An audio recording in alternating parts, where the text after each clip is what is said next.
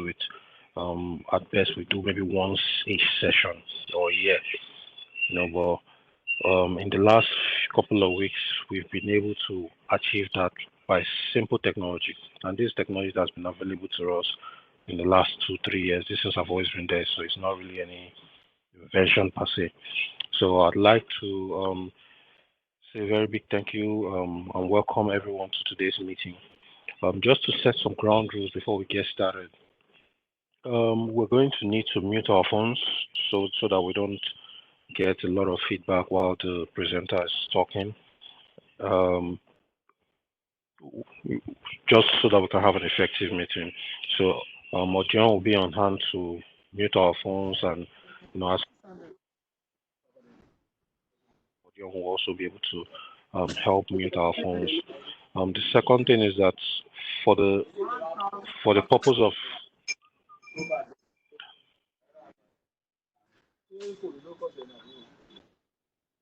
all right, please mute our phones. Thank you. So for the purpose of this webinar, we're going to be asking our questions. So as you have questions while the presenter is talking, feel free to type them into the chat. And at the end, when it's time for Q&A, I'll read the questions out to the presenter, and then you can take some of your questions. All right. So without wasting much of our time, I'd like to go ahead and introduce our speaker, Mr. Chibundu. He's an engineer working currently with Shell. So I'll cede the floor to him to do an introduction of himself and take us through what he has for us today. Go ahead, Mr. Chibundu. Thank you. Okay, thank you, Chimere. So before I just want to set up my slides. Before I kick off today's discussion, please confirm that you can hear me loud and clear, please. I can hear you. I can hear you, sir. Confirmed. Yeah, loud and clear, sir. Please. I can hear you. Hear you, sir. I can hear you. Loud and clear. Hear you.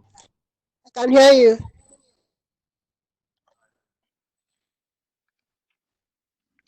And also confirm that you can see my screen. It's on presentation mode now. We can, sir. We can see your screen, sir. All right. Yeah, I can see, sir. So Nnorom Chibundu is my name. I'm the lead resourcing advisor for Africa in the organization I work for.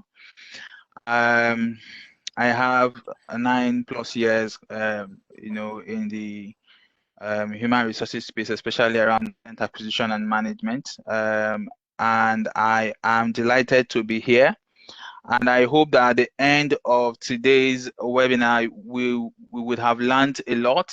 Some of the questions you have also would have been answered, and we would leave here with the excitement that value has been created and people's life has been impacted. So my desire is to achieve all this today, and to also say that I am also an SPE member, section 103 as well. So this is a very, very great opportunity for me to be among young professionals like all of you. So and that's it really.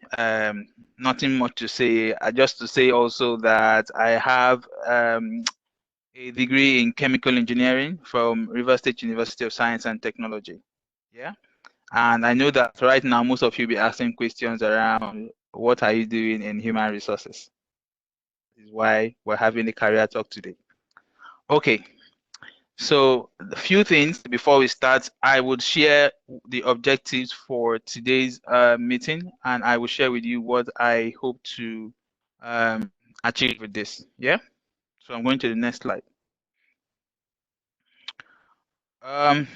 So my objectives focus on choosing a career and how to build a competitive advantage, common interview mistakes, and how to set up for opportunities. Yeah, and I think these are very key things, especially considering that most of you are either in your early career stages or you are about to make decisions around the next steps to take. So I thought this would be helpful to address those questions you have.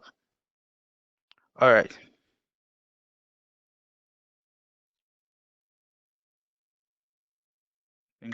Okay. So first things first, choosing a career path. So this is like one of the most difficult decisions you will be making for yourself as an engineer, scientist, or whatever you decide to go into. Okay. You would agree with me that when you graduated, most of the things you were expecting when you graduated is not it's not what you are probably experiencing now, and so you are in that crossroad where you're asking a lot of questions. Yeah, but for you to make decisions around the career path that you would be, walking through for the next 15, 20, 25 years of your life would require you to look inward and evaluate where you are and how your aspirations fit to the market trend. So it's one thing for us to say we want to become chemical engineers or mechanical engineers or work in oil and gas companies and all that. But it's important as well for you to look at the trends that currently it's ongoing in the global market space, for you to ask yourself questions around, in the next few years, how relevant will what my discipline be in this space, and how do I continuously make myself relevant and competitive. Yeah. So there are a few steps I have written out here that you can take to address those questions and clearly make informed decision. Yeah. So one of them is outline your career goals and set timelines. Yeah. You need to quieten the noise around your expectation of people, the expectation you have of yourself as well, and you make decisions based on you have evaluated all the things before you, and you're making proper informed decision around, okay, these are the next steps I'm going to take. So you need to have a short and long-term goal. Why am I saying this? Many times you see a lot of people just run without focus and purpose around why they are doing certain things. As a recruiter, in my time, I've interviewed few people, and a lot of the times when questions around what is your motivation, for applying for this role comes up, and what are your aspirations in terms of your work and professional development, you notice a lot of the times that people struggle. That is because they have not been able to clearly define what the long-term career goals, where their long-term career goals will be, or what their short-term career goals will be, and why those goals are, and why it's essential for them as well to stay within or to continuously review those goals and improve on them. Yeah. So they come in because really they've not thought about it. But if you take the opportunity that you have now and ask yourself those questions, you probably be making an important decision around the kind of outcomes you'll be having going forward. Yeah. And that brings me around also the need for you to run an audit of your entire length and breadth of your career, what is going to be like. So first thing, you need to know where you are at the moment. Yeah. What organizations will need your kind of skill? What motivates you? In fact, your motivation question would go a long way to address certain issues around your personality. Yeah. And also help you make decision around the kind of organizations that you would want to work for. Yeah, you want to know what your value, the value, as in basically what are your values and what organizations align to those set of values. I'll give it, and I'm not using this to spite any organization really, but I'm just trying to use as an example, right? You have value systems that kick against alcohol. And then you have an opportunity to work in an alcohol beverage company. Clearly, your values are not aligned. You probably, if you join that organization, you would find out that you might be earning salaries, but you will not be fulfilled in terms of you will not be giving your best alignment of values, and your personality and and what they believe as an organization will not align. And in a few years' time, is either the organization will let you go or you would actually walk out of the door of that organization. So it's important to ensure that values you have, always align with the organizational value that you really plan to join. This you also to answer that motivation question when it comes up. Yeah, you need to know the gaps you have and how you intend to close them. Now, this also falls back to your short and long-term goals. So you have done your analysis of where you are at the moment, and you're asking yourself the question, okay, for me to become a subject matter expert in geomatics, for instance, or in seismic interpretation, what are the things I need to do? How do I close those gaps that I have? Okay, currently I do not have any experience, or I do not have competency in XYZ. Okay, in the next 5-6 years, what are the opportunities likely that I would have to close that gap? And what additional things do I need to do to become a subject matter expert? Those questions are the questions that doing this audit around your career would help you answer. There's another part, for instance, where you have looked at the market trends, looked at where you are at the moment, and you're saying to yourself, in a few years' time, I may not be relevant, or my discipline may not be relevant. How do I diversify? How do I continuously redefine myself to remain valuable in the market? And then, you take steps. And sometimes you might find yourself as well in the wrong career. Because I've seen a lot of, for instance, a lot of us had aspirations to work in an R&D lab, just developing things, producing new things, modifying things that are already there and all that. And then suddenly we found ourselves working in the bank as a teller or a cashier. And you feel dissatisfied around, where you are. But at the moment, that pays your bills. And you're asking yourself, would I be there? Would I be here? Or, should I step away? So your ability to look at yourself at the moment and say to yourself, am I able to build a career here and be satisfied with what will come out of this, or should I take the leap of faith and do what I need to do to stay focused on my career? Those are things that you need to ask yourself. For instance, I studied petrochemical engineering, yeah, and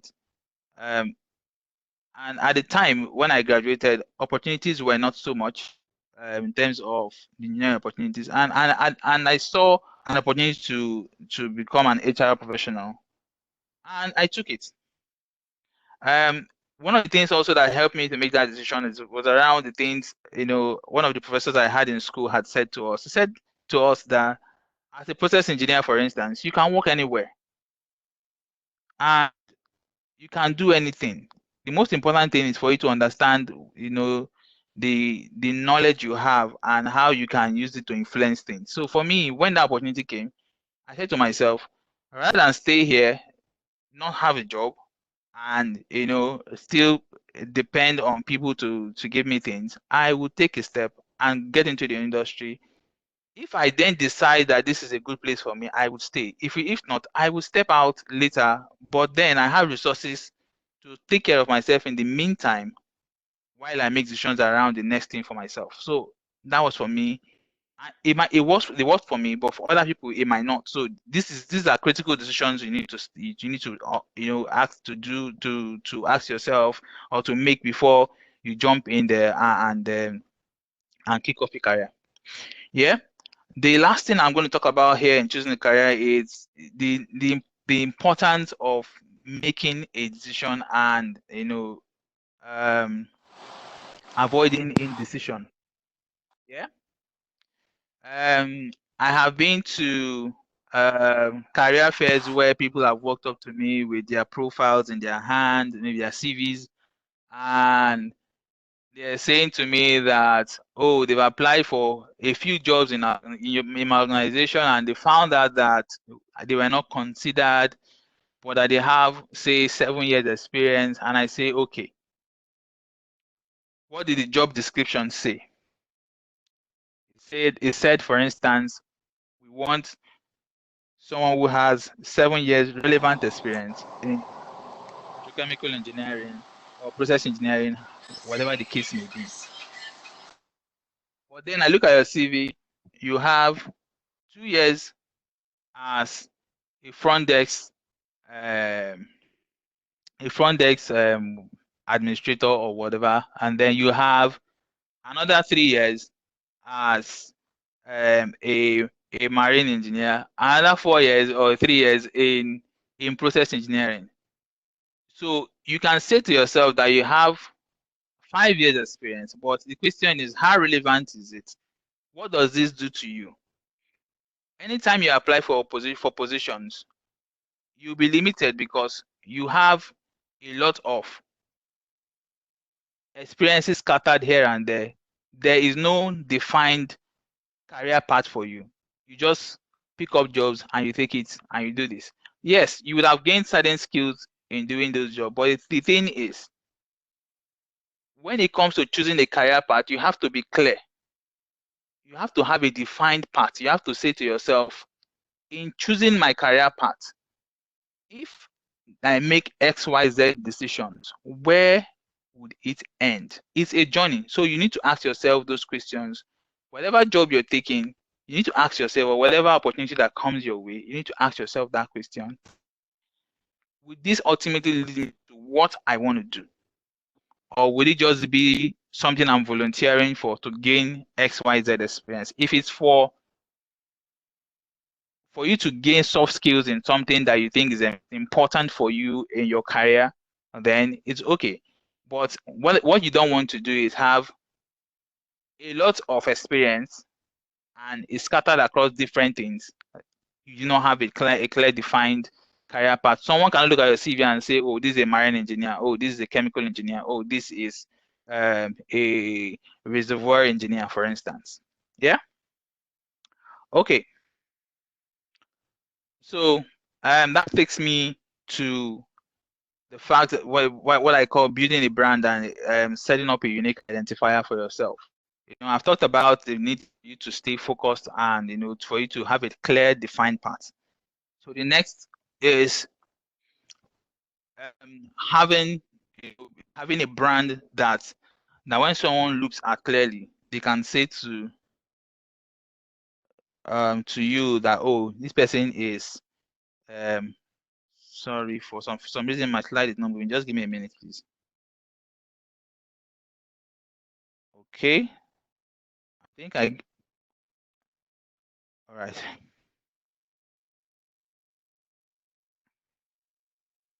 Just give me a minute, please.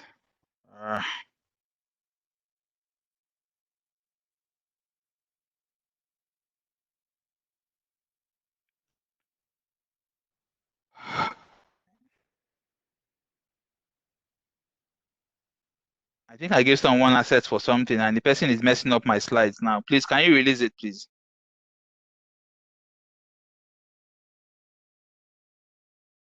Hello, can you hear me?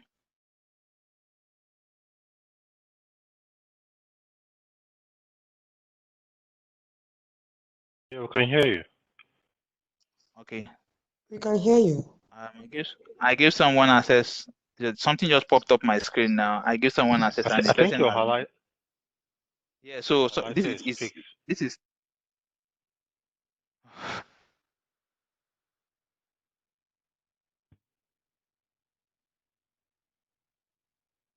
Can you see my screen?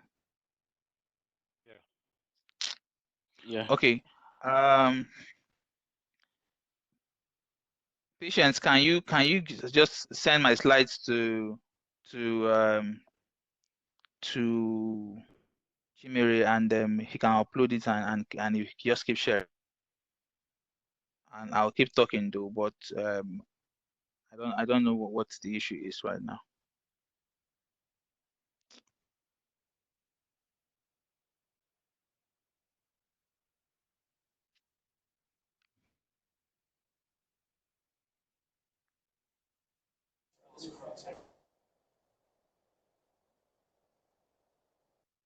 Okay, so I'll keep talking around the building a unique building a brand for yourself, while my slide gets shared by Patience, who's on the call. Please share with Chimera so you can come up the screen so people can. I'm talking about. All right. So how do I build a competitive advantage? Yeah. Your brand is the sum total of your experience, skill, personality, and the value you create. So leveraging this set would help you develop a unique selling point. And this is very important. Your ability to highlight this and tie it into your motivation statement helps you deliver half of the work. Yeah. So and really, what is that unique selling point?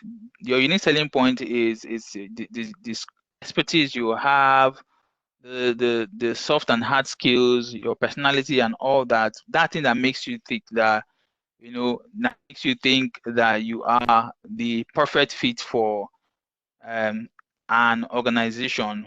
Something people can look at and quickly say that, oh, this person is this person, or you can clearly define and say, oh, okay, I'll use an example, a typical one. If someone looks at a Messi today, yeah, it's you ask 10 people the kind of person Messi is. They'll clearly tell you that, oh, this person, he's very skillful, he's cunning when it comes to when it comes into the 18-yard box. I'm talking about football. I don't know how many people that watch football, but by the way, Messi is the footballer. I played for Barcelona. I'm using that as an example. There are certain things that you can use to differentiate or identify him as a footballer. He's not every kind of footballer. He's distinguished by certain features that he has in terms of his expertise and what he delivers on the pitch. And so that's why it's important for you to have that unique identifier, and that unique identifier you can further elaborate with a very good resume. Yeah. So why is a resume important? For one, it's I wrote out in my slides for probably when the slide will be shared, you will see it clearly. A good resume can get you your foot in the door, but a well-written one can put you on top of the consideration list. Yeah, your CV is your unique selling point. It's what differentiates you from the rest. So I have listed a few steps here that you can. So if Chimera, if my slides are up now, okay, I think I can reshare now. Just give me a minute. Let me try resharing again. So Chibundu, yeah, just like you said, just try and reshare. What I Yeah, did was to put up a flyer. I think that should be all right. thank you. Yeah. All right. Share now. Okay. Let me know when you can see my screen, please. Can you see my screen now? Yes. I can see your screen. You can see your screen. Oh, We can. Okay. Sorry for the mix up we had earlier. Thank you. Okay. So a few steps for setting up your unique selling point, which is basically now your CV or your resume. Yeah. So remember, there are no one size fits all, or there are no clearly one defined template of for CV writing, but there are certain key elements that you need to put in place to make your CV bespoke. And when a recruiter or or whosoever comes across your CV, the person would clearly mark you to be progressed to whatever stage, an interview stage or whatever it is, that they have set up in their system as processes or process to follow. Yeah. Now, one of the key things you probably need to provide concrete evidence of your qualification. So, how do you clearly, set up your CV so that when a recruiter looks at your CV, it catches their attention? Because again, one of the things I would want to share here is that recruiters have a lot of applications to look through and to make informed decisions, but they need to also manage their time. So a well-written CV will catch their attention and they will quickly make decisions and move your CV. If your CV is poorly written, I can tell you a lot of the times you will not be considered. Yeah. And so that is the importance of setting your CV up in a way that catches the attention of the recruiter. And I'm going to share some things with you as well, because again, in my experience as a recruiter, I have myself seen these things. I've seen different kinds of CVs. In fact, I've seen CVs so the person sent, for instance, I'll give you an example. That was like last year. I saw a CV someone sent me. I did not know what happened. It was either the person who made a mistake when they were uploading the document, or the person thought I was Sherlock Holmes and I had to decode the CV. The person sent me one of Bill, is it John Grisham's book, as in a full page of John Grisham's book instead of their CV. And when I didn't have to waste my time. Yeah, I just moved it away and moved on to the next candidate. And there are other times also you see CVs that are poorly written, typos everywhere. All those things, I'll speak to them. But let me just quickly talk around your qualification. Have a think about all the activities that you have been involved in, yeah, that helped you develop as a person. It could be your work experience or voluntary activities, like I had mentioned earlier. The certain things you would have done when you were in school, maybe supporting an NGO, your industrial training that you went for, you did one thing or the other. Probably you were not paid, but there are certain skills you got or certain opportunities you had to take some courses. You put all that together in a nice way and you write it in your CV. And it has to also align with the things that you've set in your mind that this is the career path I'm doing. I have to look at the relevance. How relevant is this qualification to what I'm trying to sell? Those are the things you need to also highlight. Quantify your experience. That's the next thing. So most times the difference between a good CV and a great one is in the details. I would give you an example. So you applied for a marketing job, for instance, and someone wrote in their CV work experience area. The person wrote marketing lead for XYZ Nigeria, responsible for delivery marketing, for delivery marketing, blah blah blah blah blah. the person keeps writing responsible for, and someone else then writes their own CV and says, this candidate B, for instance, says marketing lead for Emeka and Sons Nigeria, delivered 40 customers in less than 6 months using XYZ app or SAP or whatever. The person is highlighting their deliverables, what they achieved in doing that work. They are highlighting those things. Why the other person just shared responsibility, responsible for this, responsible for that. But this other person is itemizing clearly and quantifying what they have done. Clearly, if a recruiter is looking at the two CVs, the person who have quantified or have demonstrated skills and competence in those areas will be considered more to the person who just said responsible for this, responsible for that. So this is the importance of quantifying your experience, right? Now the next thing is be concise. The best resumes are the ones that can communicate the candidate's achievements from a quick glance, right? Very short and simple. You're not writing a long story. Some recruiters don't have a lot of time, so a lot of them do speed browsing. We call it speed browsing. Just browse through your CV as quickly as possible. As they are looking at your CV, they are looking to get those key things that they've highlighted in the job description. So as they browse through, those things are supposed to be popping up here and there from your CVs.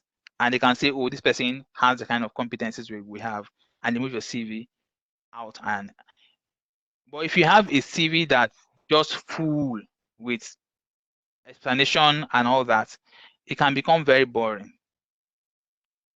And people don't have time to start reading through all that. Be concise. Even as you quantify your CV, your experiences, be concise with how you quantify your experiences. Like I said, use keywords and action words. Every recruiter has, like I've already spoken about, has a checklist of skills required for a role. Knowing what skills to list on your resume can give you an edge. All right. So a recruiter has put out there that they're looking for a software developer. You should be competent in SAP. You should be competent in VBasic and other, or Python or something. You know, demonstrated competencies in those areas. Now the world has moved away, is moving clearly away from where most organizations would even put out job opportunities for people to go to their website and apply. Oftentimes now, recruiters leverage social media platforms. They are called sourcing channels to look for candidates, and that saves them time of having to open their application bucket and tons of people apply in, say 200,000 people, let's say, let me not exaggerate, say 30,000 people apply. And for a good recruiter, a person must do due diligence to look at that 30,000. So if the business is saying, I want this position delivered in the next 6 weeks, for instance, most times they will go to sourcing channels, for instance, LinkedIn, to look for people.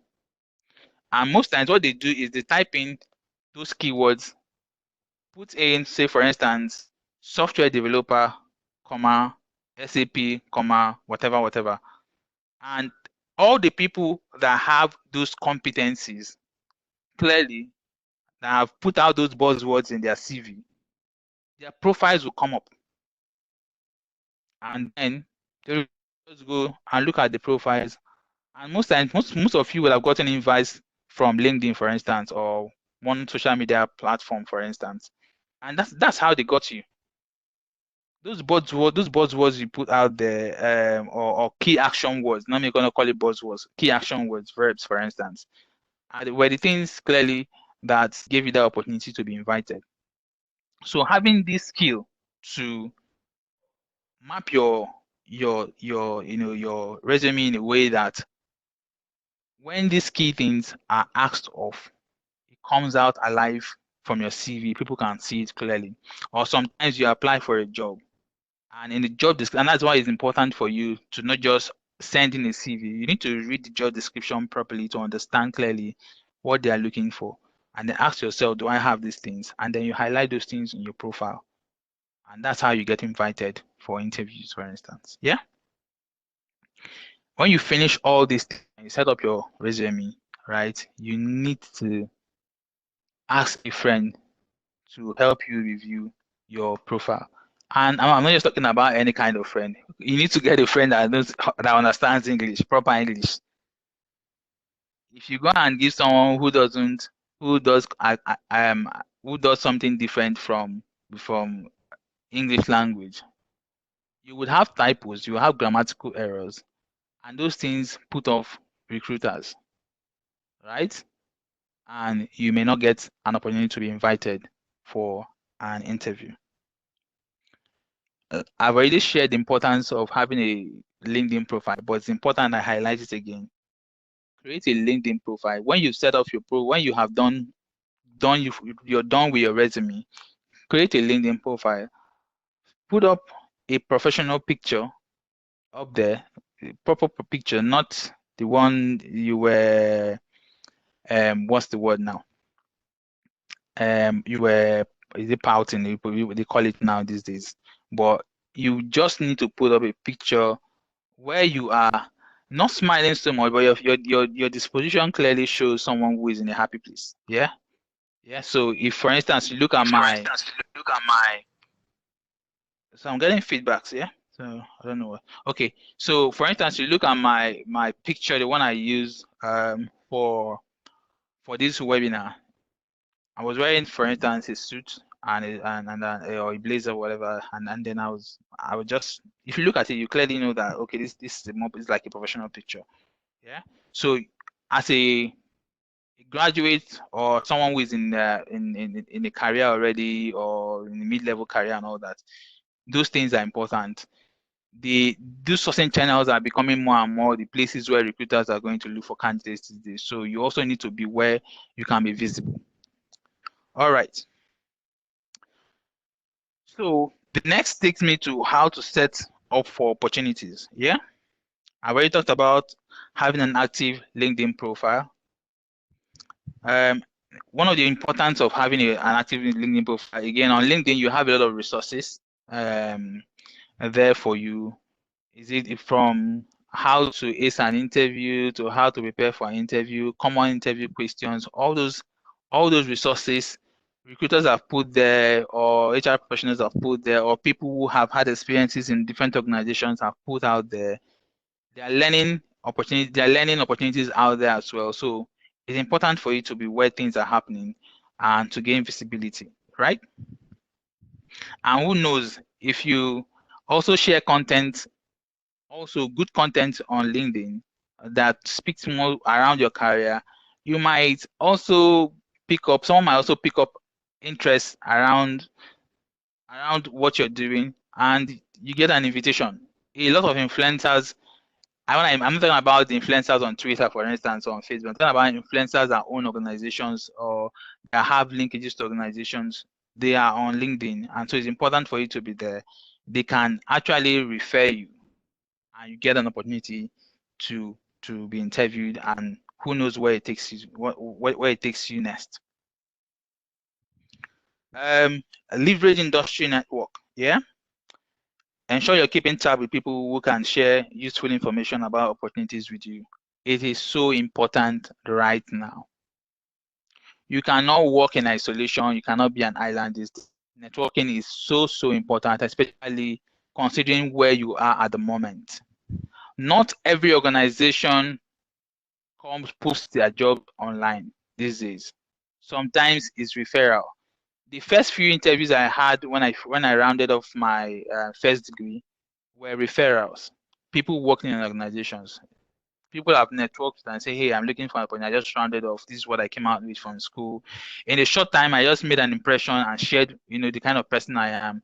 And then I got invitations. Oh, We have interviews coming up in our organization the next few days. Send your CVs to so and so, and that's how I got the first opportunities to even go through interviews for the. So it's important for you to network. It's so important, and I'll also share with you why it's important for you to do that beyond just getting opportunities. As well, sometimes there are individuals who have gone through certain kinds of interviews, and that is the organization you clearly have an interest in. You have a fresh graduate who just joined the organization like 2 years ago, for instance, or you have someone who just recently joined, maybe, and I don't know, there are a lot of, you might have people who are experienced on this call as well. So people who just joined, but they are also experienced. You want to ask them questions. Okay, what kind of interviews did you go through? What kind of questions did they ask? What kind of things should I be looking up to in terms of my preparation and all that? So those are the key things for me, that having industry network connections help you to achieve. So you're not just walking in and you're not just there looking for opportunities and you're not getting opportunities, when someone can actually link you up and help you open some doors that you did not know existed. Yeah, get a mentor. It's very, very important these days. You get a mentor, for instance, around certain things you have interest in. If you want to be a subject matter expert in process or flow assurance, for instance, and you are privileged, for instance, in SP, you have a lot of professionals in the various sections that we have. You can pay attention to the kind of presentation these different professionals make. You can walk up to them. I can tell you most of them are very recipientic. They can whatever. What am I trying to say? So the thing is, if you walk up to those guys, those industry folks who have competencies in those areas where you have interest in, and walk up there and tell them that you would like them to be your mentor, and you're willing to work with the time that they have set out. The thing about mentor, you as an individual, you need to be the one who will need to, develop the kind of questions you want to ask the mentor. It's not the other way. For instance, I have a goal to, function more in the what's it called, in the talent acquisition space, because I think for me that's very key to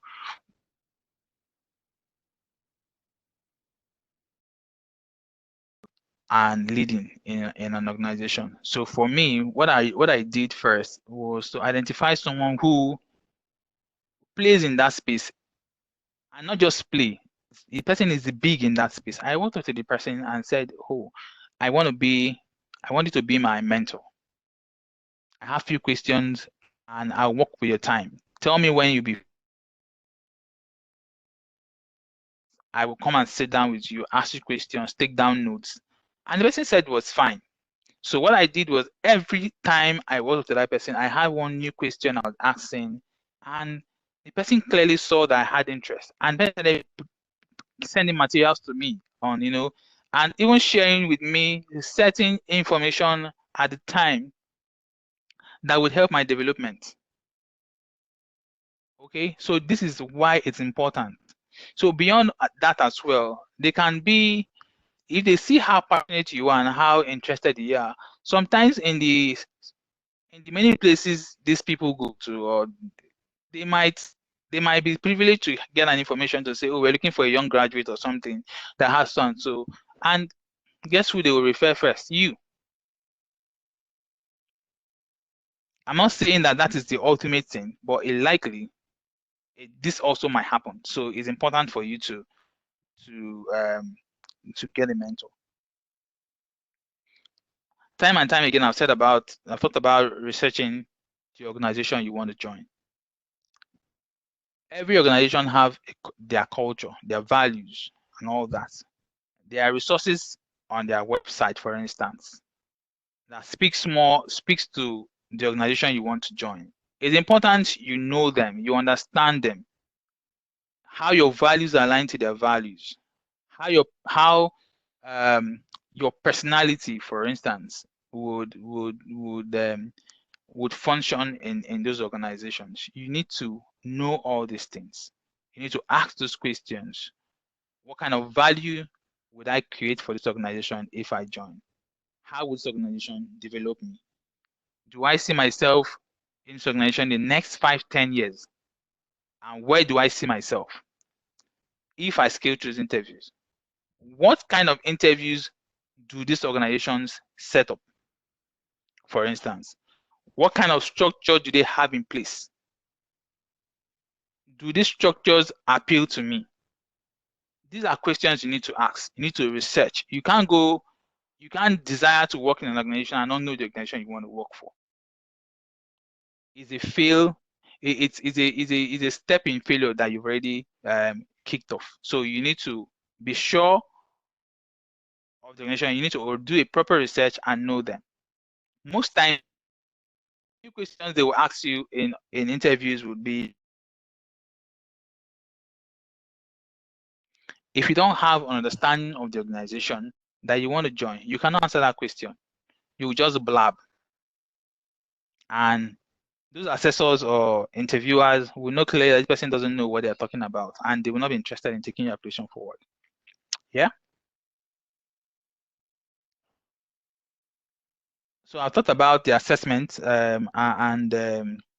that this organization. So one of the things you also need to know is the kind of assessment. So most multinationals, they run structured assessments, and there are different types of assessment. But structured assessment means that there is already a developed template that they use for questioning or develop structure that they follow, right? What it does for you is it helps you prepare, puts you 2 steps, 3 steps ahead. For instance, big multinationals use something they call the STAR model. STAR means it's an acronym for situation, task, action, and result. So most of the questions they're going to be asking you is going to be situational. They want to know clearly the actions you will take, or you need to demonstrate when they ask you those situational questions. You need to demonstrate knowledge or experience in dealing with those situations clearly with the actions you took, the the tasks you engaged in, the actions you took, the results you got, for instance. And the thing about situational exercises is that it doesn't matter if it's not work related. Sometimes it can be something that had to do with your extracurricular activity, but then if you could tie those experiences back into the questions that was asked you, it will go a long in dealing with it. But you need to also, in your response, align it in the situation, task, action, and result structure that's in place. So you're not just talking for a long length of time without responding to the question. The other bit is you need to also apply for job openings. And remember that there's no one size fits all CV. So there's no one universal CV for all jobs. It's important for you to know that different opportunities will require different CVs. And that is why you have the description and job requirement that they have for you. You need to look at the job requirements and look at your CV and respond based on that. So you're applying for a job, competencies for, and ask yourself, do I have those competencies or those skills they are requesting for? And then you align your CVs to show that you've demonstrated competencies or skills in those areas. This is how you set yourself apart and you get an invitation, yeah, for an interview. And finally, you need to practice Practice, practice, practice. Once you go to those various organizations and you go to their site, there are resources there for you. Sometimes they put demo interview questions, because I can tell you. So one of the things we have not understood here in our country is that as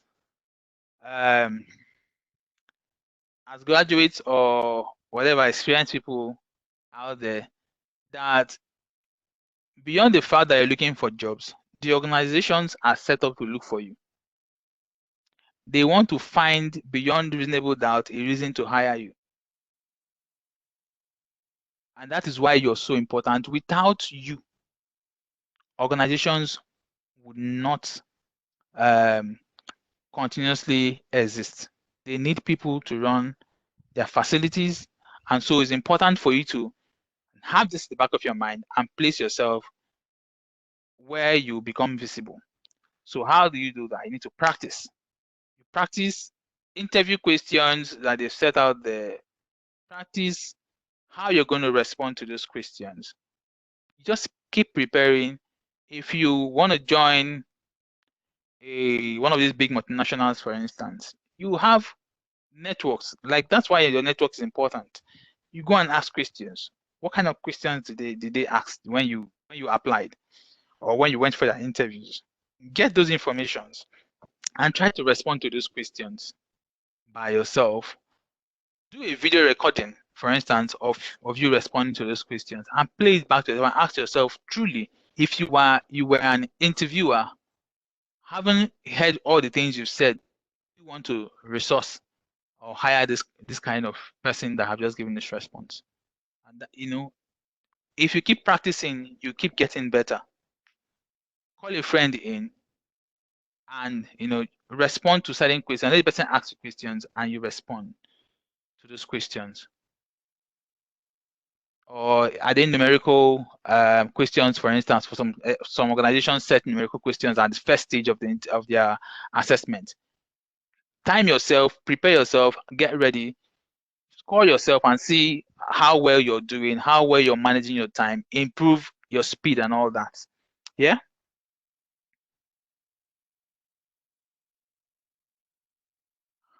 So that takes me to common interview mistakes. I think this is the last one before I'll go to the Q&A. One of the key things I've seen, and sometimes it comes as a shocker, is candidates not knowing how they fit for the job they have applied for.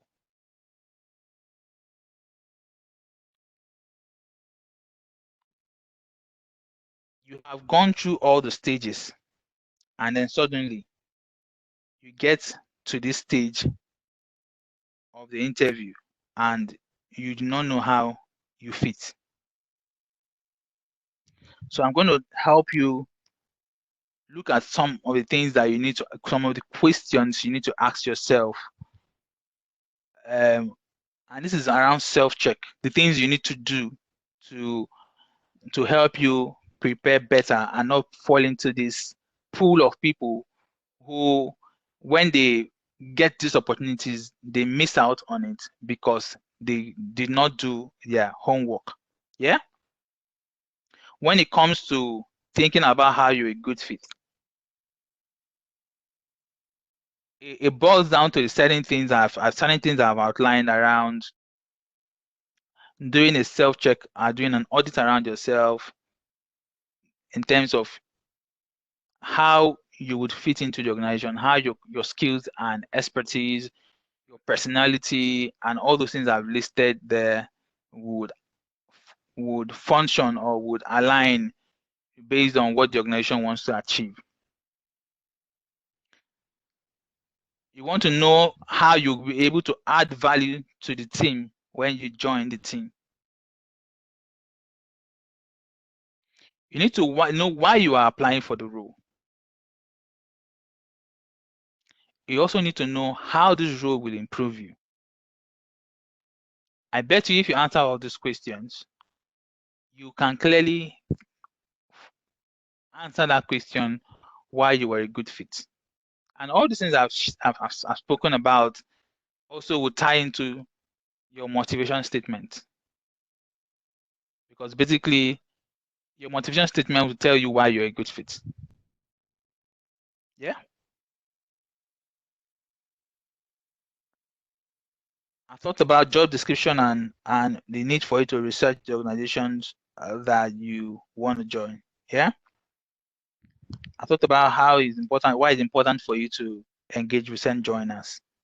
There are people today who are working in certain multinational organizations or servicing companies out there who the reason they got the job or why they were hired was because they had proper mentoring or good or they had an advantage in terms of having spoken to someone who recently went through that interview, and that puts you a step above every other person who has come for that interview on that day. So these are key things. These are common mistakes that people make, that if you avoid them, it's to set you apart for success. One of the biggest things I've seen that I think if you can address it, you will be fine. Certain times you come into an interview and they ask you a question and you start talking. You just keep talking and you lose track of what you're saying and you just keep talking and you blab and blab and blab and blab. And the assessor will keep writing.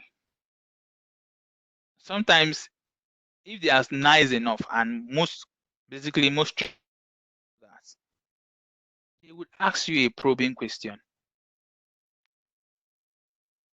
Maybe they ask you, tell us a time when you did X, Y, Z. And you started talking and talking and talking and talking. And they interjected at some point and said, so what did you do? And then you start talking and talking and talking and talking. They ask you again, what were your responsibilities? These are probing questions because they feel that you have veered off where you veered off based on your response and you've lost track of the question. So sometimes when they ask you questions, step back. Try to think about the question. If you don't understand it, ask again and they will repeat it. So responding, you put it back to the model I shared with you earlier. Situation, task, action, result. Some organizations, they put another arrow after the result. So it's star with a double arrow. The last arrow there is, so I'll just say it's situation, task, action, relationship, results. Some organizations that believe a lot around collaboration in terms of people coming together to deliver on a job. They want to see how you demonstrated that, how you were able to lead people or how you were able to drive people to come together to deliver on a task. So when you're responding, put your response within that confine. And when it helps you to stay structured in your response and you're not veering off. So sometimes you go back home and you say, oh, I don't finish this people today, if I can use that word.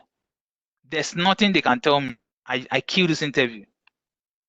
And then a few weeks later, you get a rejection mail and you're heartbroken. And you say to yourself, oh, because I don't know somebody.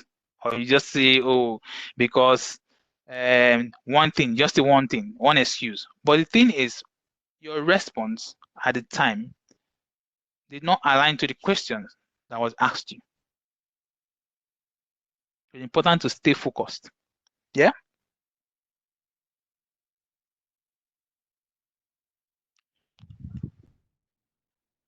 Okay. Prepare concrete examples you can share for competency-based questions. So there are times when they will ask you questions. When I mean competency-based questions will focus mostly on your achievement and your relationship. but now it will focus around. Your focus will be more around. If you are a process engineer or a mechanical engineer, it will center around what you have done within that space. That's why it's called competence. Or if they're talking about software development, it's going to be focused around competence, that competence around software development. So what it means for you as an individual in an interview scenario is for you to demonstrate for them clearly that you have certain achievements in that space and how you were able to also build relationships, for instance, in doing that work. You need to have clear examples. I'll give you a typical one.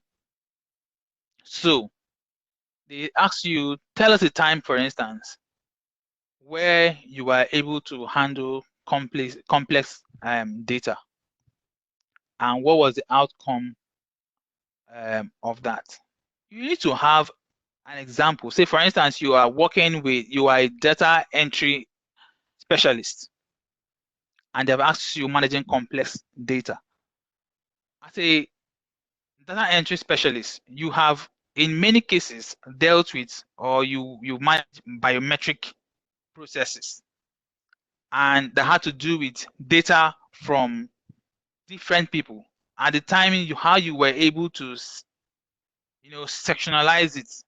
You put male in one bucket, put female in one bucket. You broke down their age demographic, for instance. People within 20 to 30 years were put in one bucket.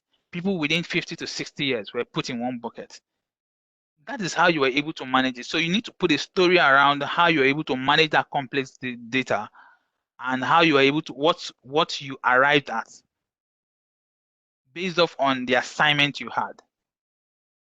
Your boss told you to do an analysis and tell them, okay, in the next 4 years, the population that would be in XYZ place. And you had the data, you do your analysis, you need to show clearly how you were able to sectionalize, segmentalize all this. And that's the beautiful thing around having a story to those things. Yeah. Having concrete examples, and that's how you set up your concrete examples. Yeah, it has to be structured as well. Get to the interview venue early and maintain a calm disposition. Why is this so important? You don't want to jump, especially for people who live in Lagos. We know the traffic situation here. You don't want to arrive at an interview venue sweating, and you are invited into an interview, you're not relaxed, you're not calm. What it does to you, typically it puts you on the edge. At the time, you might not be able to respond the way you would have responded if you had more time to relax and focus your attention on the day against, oh, you were in traffic. Your interview started by, you were told to be at the interview venue by 8:35. You're coming from the mainland, and at 7:45, you were still on Third Mainland Bridge, and the traffic was bad. What will kick in first is panic. Even if you eventually arrive at the venue, you would need a lot of talking to bring you to a calm state where you are able to deliver the goods of the day. So it's important that you always get in early. Yeah, and acquaint yourself with other folks who sometimes you might walk in early and you walk into someone who also came for the interview, who had the privilege to speak to certain people who had done the interview, and they start sharing knowledge. And in non-knowledge sharing session, you get more information that you can use in your arsenal to respond to questions. So that is where I would end today's discussion, and I will take questions from here. I hope it's invaluable. Thank you. Okay. Thanks a lot. Thanks a whole lot, Chibundu. Before we go into the question and answer, initially at the beginning, I had asked if we have any questions, let's feel free to put it in the chat box, and then we'll take them at the end. So, Bob, just before we go to the Q&A, just for folks maybe who didn't come early, I'd just like to summarize what I heard from my own point of view. So initially, we talked about, first of all, we need to be able to evaluate who you are and how your aspirations fit into the organization or fit into the market trends of what's going on in the world, as at whenever that is. You need to outline your career goals and be able to set timelines for yourself on what you want to do and when you want to do them, and try as much as possible to stick to it. Chibundu mentioned about running an audit on yourself. And what exactly does that mean? You need to be able to determine your short and your long-term goals, your strengths, your development opportunities, your skills gap, and if I have some skills gap, what are my strategies to close those skills gap, right? Because that's the work that I need to do going forward. How do I, if I'm not a very good speaker, public speaker, what do I need to do to close that gap? And he talked extensively on that. Chibundu talked about building a unique brand, and in a way that kind of like starts with having a great resume, because that's kind of like your first opportunity of walking into the door of any organization that are instrumental in having a good resume. Points like provide concrete evidence of your qualification, quantify your experience, being concise, straight to the point, having active words, keywords in your resume in case employers are doing a browsing, so that those words come out and your resume kind of like gets highlighted. You talked about getting a free resume review, and personally, I'd just like to stretch on that, because a lot of times I think, we have this attitude of sometimes people just have one resume and they just apply to all the jobs. That free resume review, talk to a friend and let them even ask you questions, right? Random questions out of the blue. So think about it like, if I'm applying, if I'm trying to do my WIAC exam, what typically people do after study, they go and do past questions from like 2000 to date. The chances are that by the time you do that over and over again, you see some trends, some trends, some questions that tend to come out in mathematics over and over again. By the time you do that and you've timed yourself properly, whether it's JAMB or, for instance, you find that you're more confident, more comfortable, because when people ask you those questions out of the blue, all of a sudden, the first time you might panic or you might not have prepared for that. But by the time you do it over and over again, you see that some of these questions are repetitive and you're better prepared in those scenarios. He talked about how to set up for these opportunities, having an active LinkedIn profile, leveraging on industry network, very, very critical.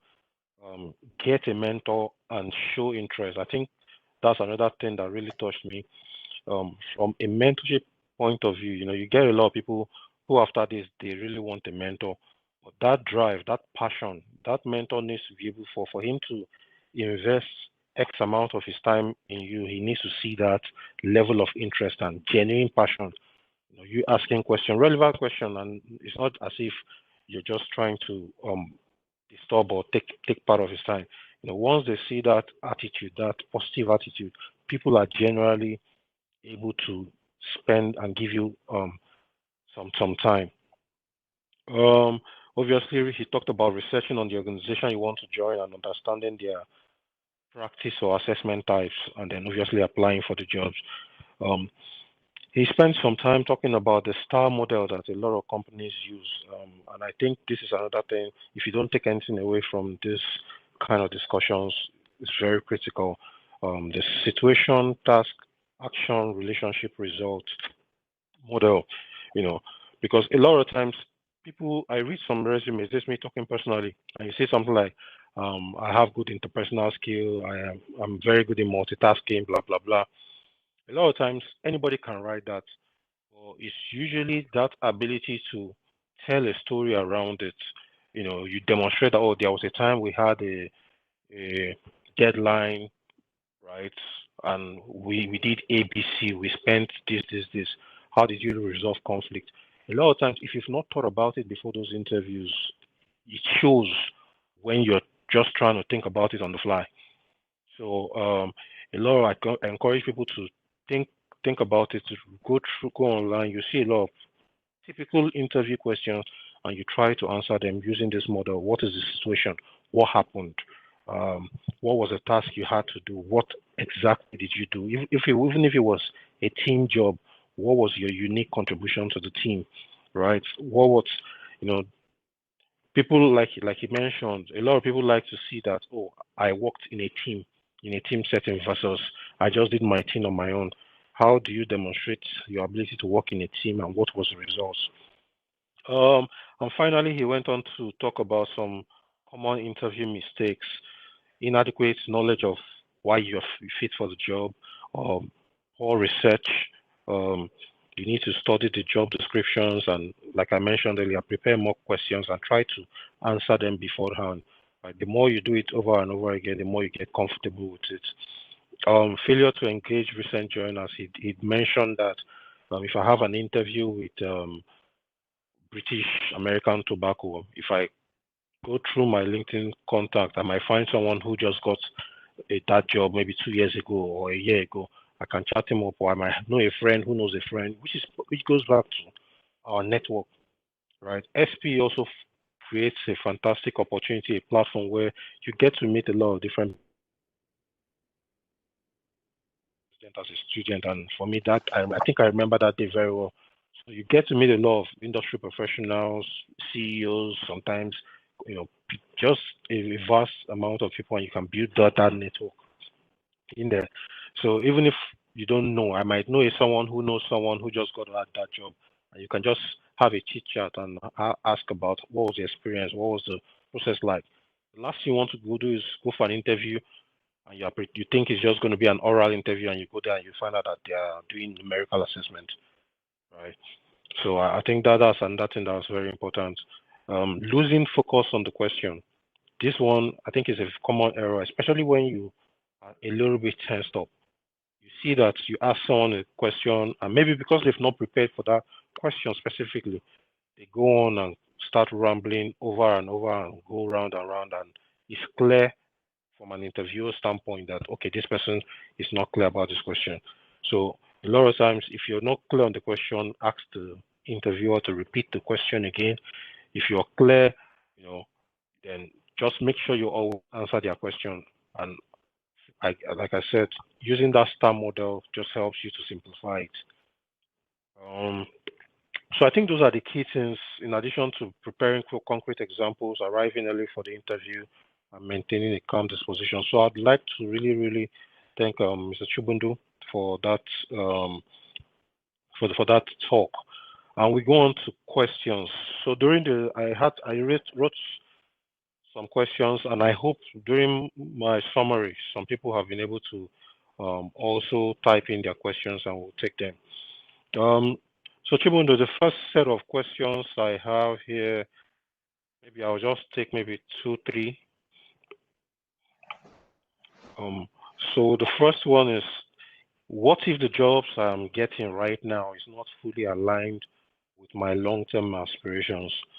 So maybe I'll let you answer that. The second one was talking about, do companies ask for SOP? I'm not sure what SOP means. How do I create a great SOP? Okay. So I'll start with the first one. So you are getting jobs right now that do not align to your career plans, right? And you're asking me the question around what should your step be? First off,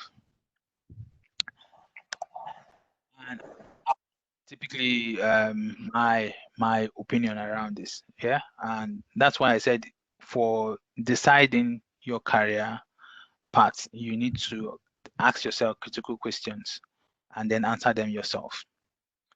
You need to ask yourself, those jobs that you would take now, would it develop any skill that you will need in the future in terms of the career path that you want to?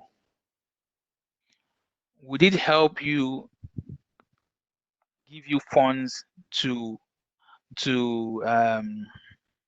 give you funds to pursue what you want to pursue? And it is very important for you to know this, that sometimes you might be where you are in terms of your career and you have limitations, and certain opportunities will give you a platform to finally push. But you have to be very, very disciplined to make decisions around knowing when to leave and not get carried away. Yeah, and not get carried away. There are different routes to join different organizations.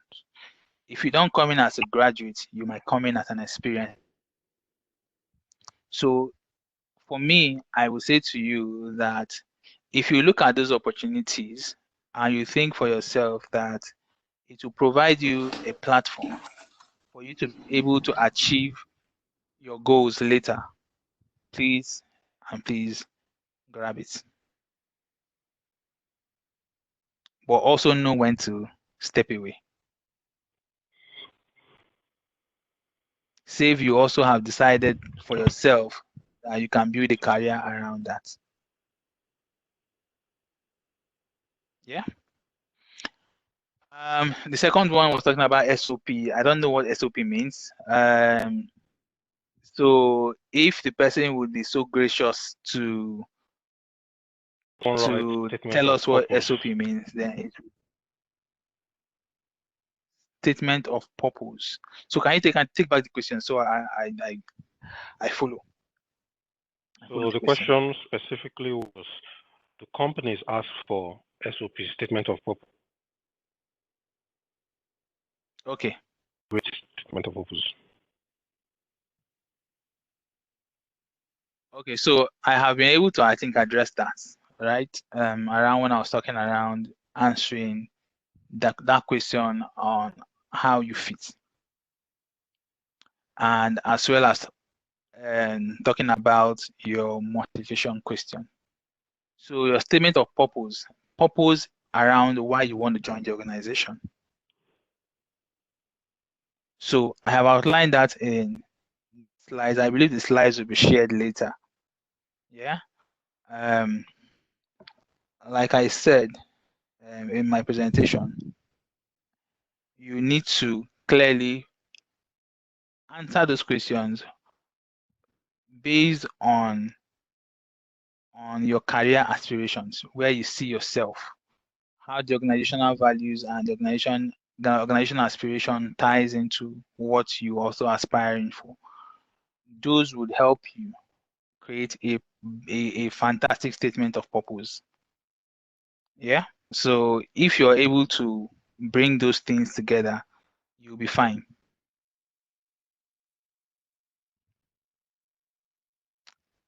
I hope I've answered the question.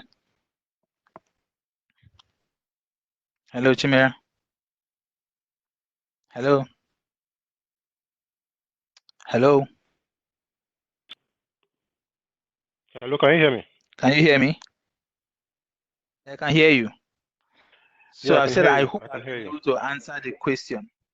Or do you guys That's fine. I think that's fine. Okay. We'll just go on to the next one. One says, how do I represent my skill set or demonstrate my value when you have little experience? Okay. So one time you were in school, you were director of socials, you were president of one association, or you were an ESCO member, or you were even played football. You were your captain of your team, or you had a project in school where you were team lead or you were a member of the team, there were certain skills you demonstrated there. So it's not always going to be experiences based off on work.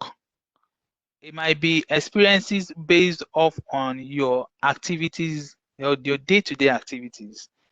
Let me tell you one thing that is very important. Organizations know that, for instance, you're a graduate, that you don't have experience. That is why when they put out in the job description, they put 0 to 2 years experience. For instance, some people put 0 to 4 years, depending on where their graduate band falls, right?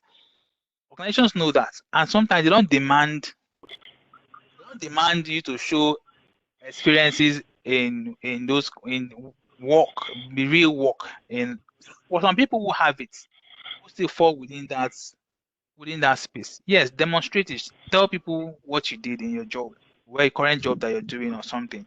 But if you don't have it, there are other areas where you have demonstrated it. You put it out there.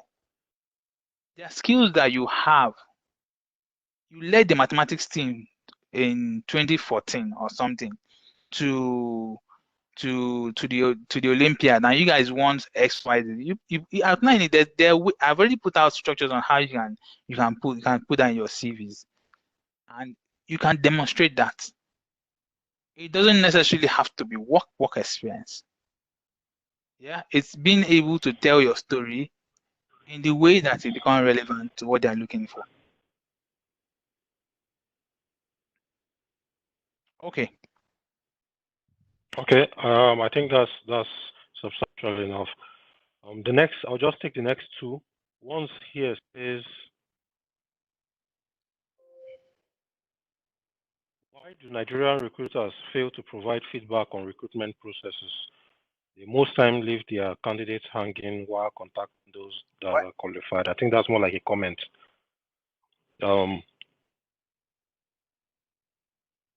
Why feedback to people who are not successful in an interview process, we should tell them what went wrong, blah, blah, blah. The second one, I'll just take the second one as well. How do recruiters calculate the number of experience needed in a particular job? Is it by clearly writing it out in their introduction, career objectives section, or is there any other way? Okay. So I'll start with the first one, which I think is very important. So it's not about Nigeria. So I will deal with that. This is an organizational problem that has long persisted. And a lot of organizations are investing to mitigate or to cut off that ugly head that is rearing off, especially around giving candidates feedback. They're investing a lot in and why do I say that? If you notice for most big organizations, when you round up your interview, they send you a survey to fill. And that is how they can get feedback to improve their processes. Candidate experience for most organizations, especially in the resourcing space, is a key performance indicator. And what do I mean? It means that it is very, very important. Essentially, recruiters, some organizations have varying methods. For some people, they'll tell you, if you do not hear from us in the next 2 weeks, know that you're not being considered. But is that sufficient? No. Let me tell you the dilemmas that the recruiters, especially in countries like Nigeria, face. You put out and this is not an excuse anyway. You put out a job posting out there for people to apply. You get 35, 40,000 applications to screen. I can bet you that it's hard to give one-on-one feedback to 35,000 people. As just being one recruiter, having varying jobs to do. So you find that you're hiring one grad doesn't mean you will not be hiring other positions for your organization, depending on how big your organization is. So most times they will just send send the communication via mail to tell you that you were not successful. Other times, organizations have found a way to say that they will only respond to people who came for their face-to-face interview. And the truth is, because, so let me just say, the fact is, every recruiter is obligated to give you feedback if you request for it, beyond the mail that has been sent. So if you call a recruiter and ask a recruiter after an interview, face-to-face interview, to find out why you're unsuccessful, they are supposed to share that feedback with you to help you prepare better and improve. So it is not a Nigerian thing, it's a global thing that organizations are working hard to fix. Yeah. So it's important to share the strengths that you have and the developmental areas that you need to work on, so you can be a better person when you go for another interview. And the other part is the fact that an organization did not select you doesn't mean, or did not hire you, doesn't mean that you were not a good candidate. It just means that at the time, based off on what they were looking for, your values and how you dealt with certain things that they put out there for you did not align with what they were looking for. I'll give you an example. I had run an interview one time, and this guy performed badly. And he, in that same time, went for another interview in another organization and scaled it. And the day I was getting feedback based off on the interview that he had with us, I told him this same thing I'm saying now. And he called me back when he got his new job to say that what I told him actually helped him to prepare better for, in terms of feedback I gave him. I told him my feedback. I clearly shared with him clearly that you looks like you didn't make it here doesn't mean you're a bad candidate. It's just alignment that was not there. And he's in a big organization today, but he did not let that setback affect his around organizations. I'm just going to share that with you. So in this journey, you will get a few rejections, but do not let that affect your perspective or affect the way you see yourself. Just keep pushing. Ask for feedback when you can get it and keep getting better. Please remind me the second question so I don't miss sharing. Okay, I think that's the second question. Was just asking generally, how do recruiters calculate the number of okay, fine. That's experience easy. Thank you. needed for a particular job? So if they are asking for relevant, okay. Can I go ahead? Go ahead. Okay, thank you. So it's quite simple.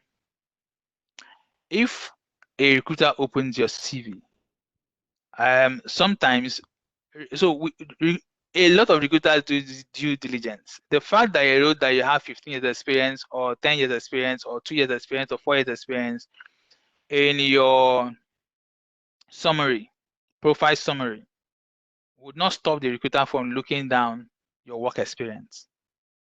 So typically they calculate when you started working, doing a particular relevant job. Maybe you started working in July 2016 to what you're currently doing and how relevant it ties into what you have applied for. So we'll count the number of years you have done a particular job based on relevance. That is how it is calculated. Looking at your CV, looking at the things you have done, how you demonstrate your demonstration of those things you said you have done. And that is how it's calculated really. So it's pretty straightforward. All right. Thank you very much. The next question here says there are situations when one acquires some skills but lacks the privilege to use those skills. Just keeps practicing and refreshing knowledge. Now, the question there was, now you talked about giving competent examples of our application of the skills required for a job during an interview. What do we do in situations when we've not been able to actively apply such skills? How do we overcome this challenge? Okay, good question. Very good question. So there are a few times. So knowledge is never wasted. Yeah. The fact that you have not demonstrated it now doesn't mean you will not demonstrate it later in the future. So the challenge there then is at the time you do not have the competence. And so the question for me is, if the recruiter had done due diligence, he will not be in that interview where you're having to demonstrate a competence that you do not have. How do you close the gap of demonstrating a competence or demonstrating a particular competence or gaining that or learning something that would help you improve on that area? There are opportunities. So if it comes to real technical things, that might be a bit hard. Why I say that is for different disciplines, it can be different. For a civil engineer, right? It might be different for him. He might decide to go into a work site, for instance, and take on a part-time job, and he will develop competence. Or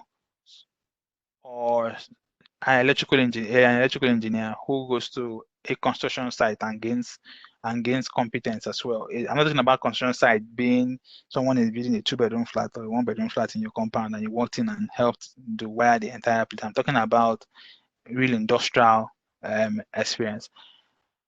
And this is why it's important for you. Why I want to talk about this is why important for you to do your SIWES, structural work industrial work experience scheme that is set out there for you. And ensuring that when you go for your IT, you are not just going there to go and buy bread or go and buy lunch and do all the other stuff. If you go for your IT, it presents you an opportunity to gain knowledge in certain areas where you do not have or improve on certain things that you do not have. For a graduate, that's an opportunity. If you have an opportunity after break in your year 2, you go. In your year 1, if it's possible for you, go for even if it's 3 months, you go. Year 2, you go. Year 3, you go. And then when you have the 6-month one, don't miss it. Ensure you're doing something that aligns with your career. That is the importance. That is how you close certain gaps. I know, for instance, in the organization I work for, I had managed IT at some point in terms of putting a structure around it. And when I see that a mechanical engineer comes into the organization and they are sent to go or someone says, oh, I need a mechanical engineer in say business development and all that. Yes, it's a good exposure for the person in terms of gaining business development skills and all that. But for you as a mechanical engineer that wants to build a they want to build a career around mechanical engineering, you want to ask yourself, would you gain everything there? So how do I make sure that I learn other things beyond just being in that business development team? You can do cross-functional learning. Go to other teams where they have mechanical, walk up to somebody. That's why I talk about mentoring and all that. And they give you job assignments. And then you also develop, it's a two-prong approach. You're learning here, you're learning there, developing soft skills and hard skills. You can also take a vocational job or something, or you take a voluntary job where they don't pay you anything. Where they don't pay you anything. and you gain competencies from there. So these are a few areas, especially for graduates, is a real challenge. I know that. I'm not going to be just saying all these nice things. Sometimes organizations are not even when you say you want to work for free, they don't want to take you. Yeah, and I know all those challenges, but for me, these are the few areas I think that you can use to close those competency gap and skill gap that you have. But you need to highlight the gaps and look for ways to close them. Chimera, over to you. Chimere. All right. Thanks. I have a few questions here talking about salary, basically. This one is saying, and I'll just combine them. How best do we answer questions around how much to be paid? The second one is similar.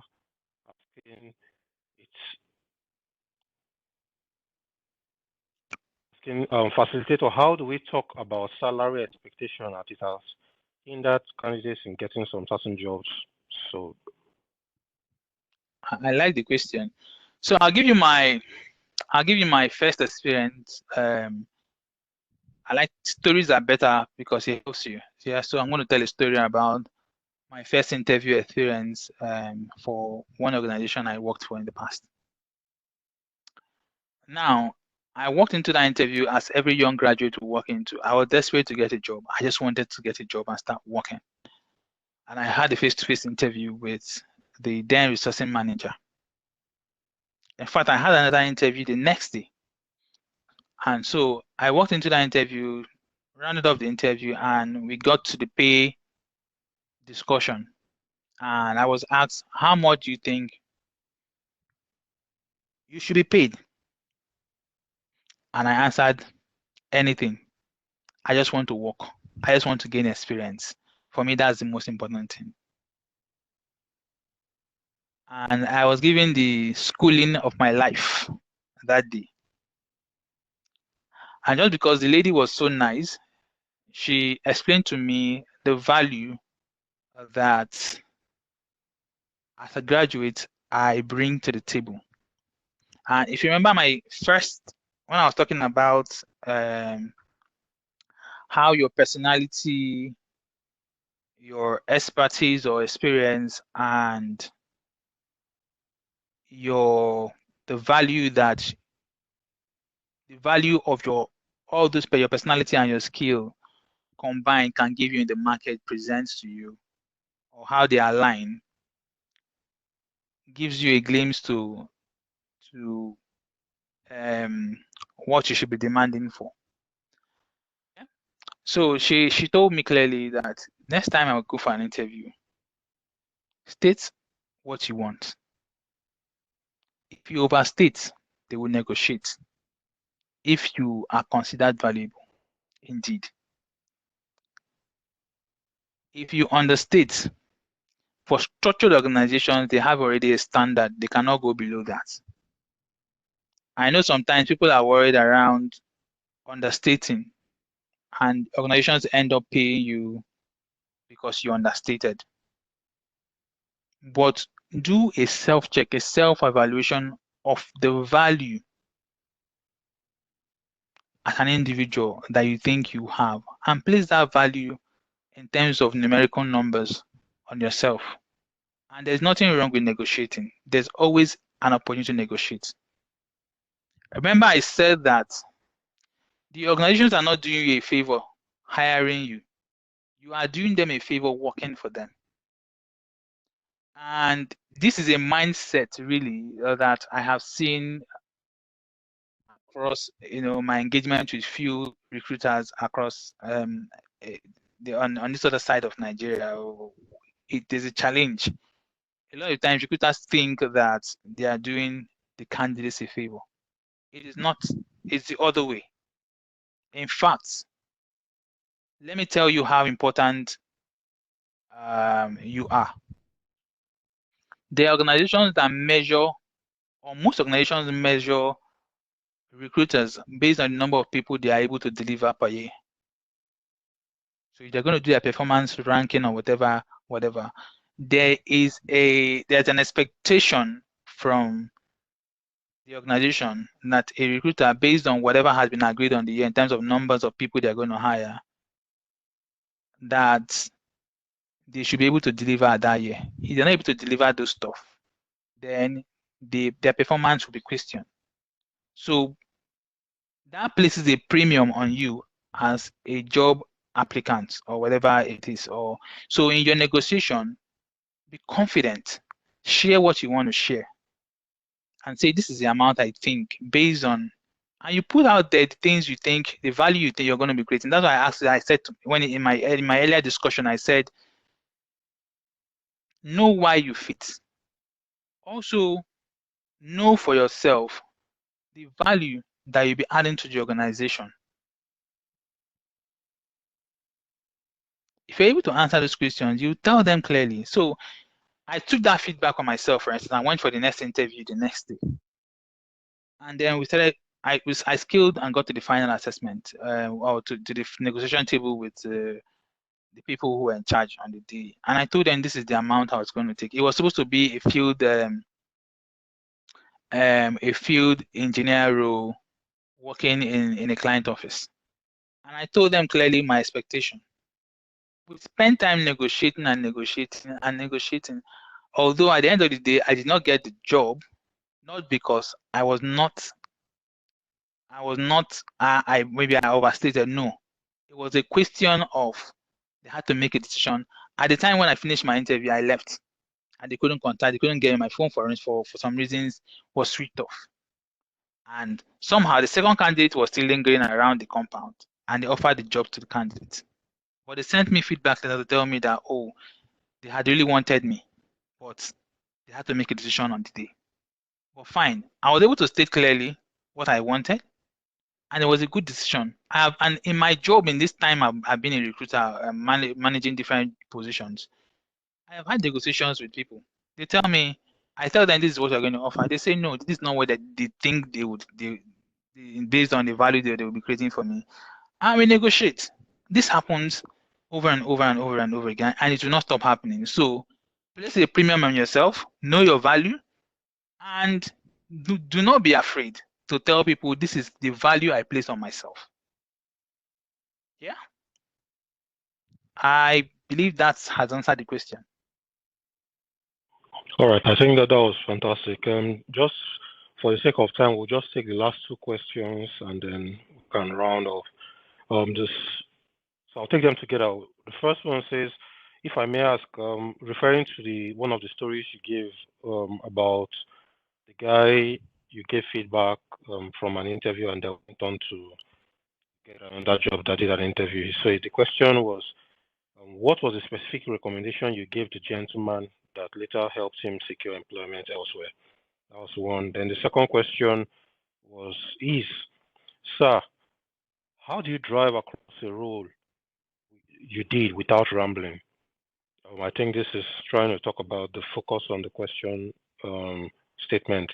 There are some responsibilities that a summary makes it seem trivial.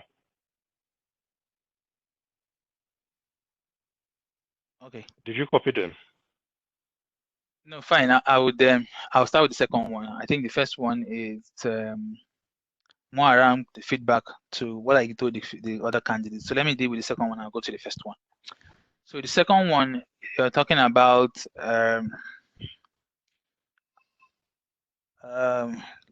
let me get the response properly so I can share. Okay. So the question, let me ask it again. Go ahead, I'm listening. Right, it says, sir, how do you drive across a role you did without rambling? There are some responsibilities that a summary makes it seem trivial. So how do I make my point without making it trivial? Okay, so you don't have to make it trivial. Yeah, what you need to do is demonstrate. You have to tell a story. That is the power of a story. You know, when Chimera was summarizing the things I shared, he had clearly outlined them for you, outlined certain things that you need to tell a story of what you have done. And it's not rambling, it's really what you have done. It's when you've not done something that you ramble. You say things that you just want to say to get by. But if you have demonstrated competency of shown certain behaviors or demonstrate certain behaviors in certain projects that you manage or you were part of, you have a story around it. And that is why it's important to prepare. So write down your story on a sheet of paper and read it out. Put it in the situation, task, action, and result or relationship, for instance, and write it out clearly. For the situation, for instance, situation, I was given a project to deliver 200 tons of so and so and so within X number of years, of X number of days. Okay, so you write the story, what you did, what your responsibilities were, the actions you took, who you engaged, and how you were able to engage these people, the challenges you faced, the opportunities that were present for you, for instance. This is how you're telling a story, right? The relationships, the challenges you even had, the conflicts that came up based on working in a group, how you were able to resolve those issues, the result at the end of the day. That is why it's important to have a structured approach in terms of how you're responding to the question. And that helps you not to ramble. If you're rambling, that means you have not done your due diligence to write down a story for yourself. For instance, on the things you have worked on. That is why we say to you, engage someone who had done a similar interview and ask them questions around, so what kind of questions did they ask you? And for instance, develop certain questions for yourself and respond to these questions. It will help you to avoid rambling. I think for me, that one is clear. The second question was around the kind of feedback I gave the candidates.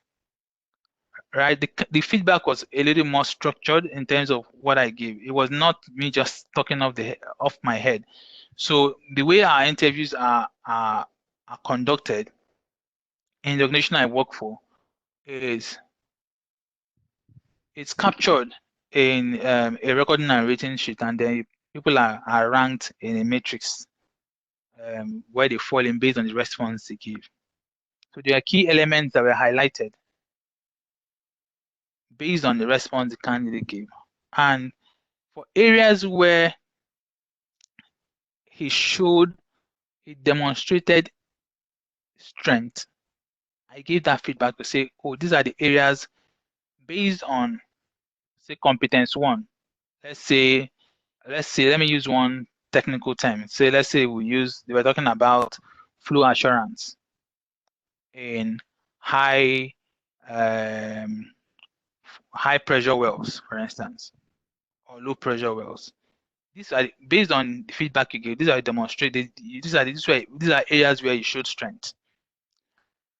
Areas where you need to develop. This is what the assessor who assessed you, they based on your response. This is what he said. You need to demonstrate X, Y, Z more. You need to do this, do that, do this. You need to be. You need to improve on your communication, for instance, of your experience or your expertise, for instance. So there are different things. I can't clearly tell you, but the thing is, for different assessments or different interviews, the feedback based on what the candidates shared and what was captured on the day and the feedback the assessor gave would vary. So whatever I shared with him on the day, he took it and said to himself, okay, these are areas I need to improve on.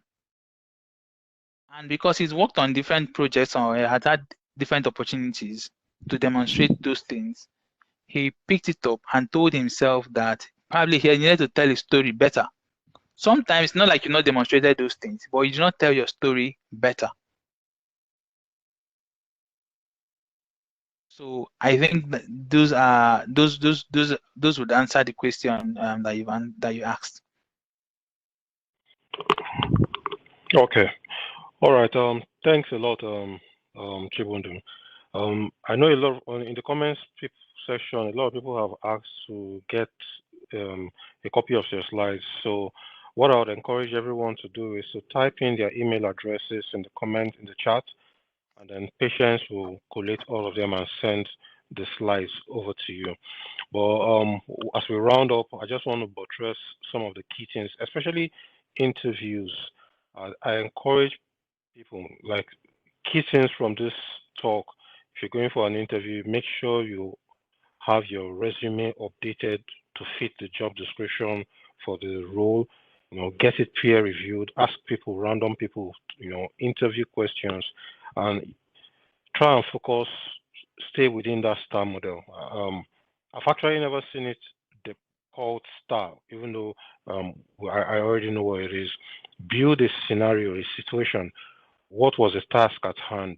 What action did I take? Did I involve people a lot? And what were the results? If you can, the more you do this, ask yourself different questions, you get so comfortable that a lot of it, I'm just talking to the guy who talked about rambling. You see that over time, you see yourself getting better and better at it. It's just think of it like trying to gain any skill, whether it's presentation skills, whether it's public speaking skills. You find out that the more you do it over and over again, you get better at it. So on that, I really want to say a very big thank you again to Chibundu for taking out time to come talk to us on this subject matter. Thank you very much. So once again, please feel free to drop your email addresses in the comment section, and we would get back to you with the slides. Thank you very much for listening. Thank you for everybody who has made this possible. Odion, you are at the background doing a lot of great things. Thank you very much. Patience, and every one of us. Thank you very much. Thank you very much for having me on this call today. Thank you, and have a great day. And please stay safe. Thanks, Chibundu Nnorom. Hey, Fred Eyes. All right, thank you. Well done. Yeah. Bye.